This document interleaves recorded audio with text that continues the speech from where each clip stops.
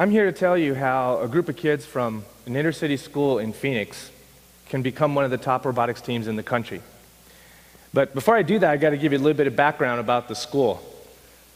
About 98% Hispanic, most of them on federally assisted lunch programs, a large percentage of them documented, undocumented, we don't know for sure, but we do know that there's a pretty good percentage of them that are undocumented.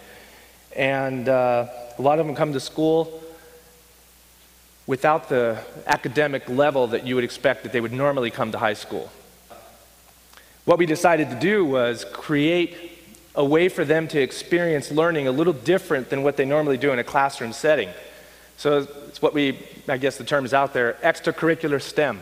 And the STEM stands for science, technology, engineering, and mathematics, where the kids get these kits of robots that are all disassembled and you have to put them together. Rule book's this big, and you have 6 weeks to do it. You have to make sure that you follow the rules explicitly. How could they do it? How could students from an inner city school do it, despite all the things that were against them? One is you got to remove the obstacles.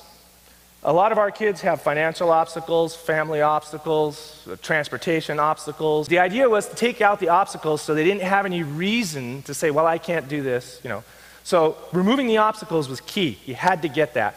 And they also can then see that they can have success. They can actually see the light at the end of the tunnel, and they crave it because they're not used to having a lot of success.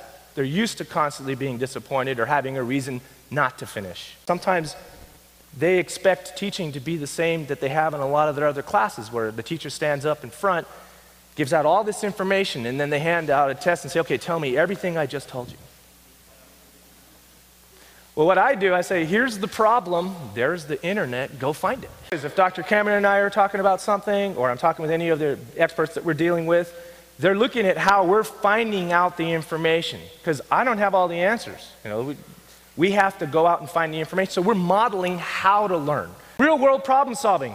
This is the thing for me, and I think it means the same for everyone else too, is how many times have you been in class and the teacher will say, you need to know this stuff because one day you might need it.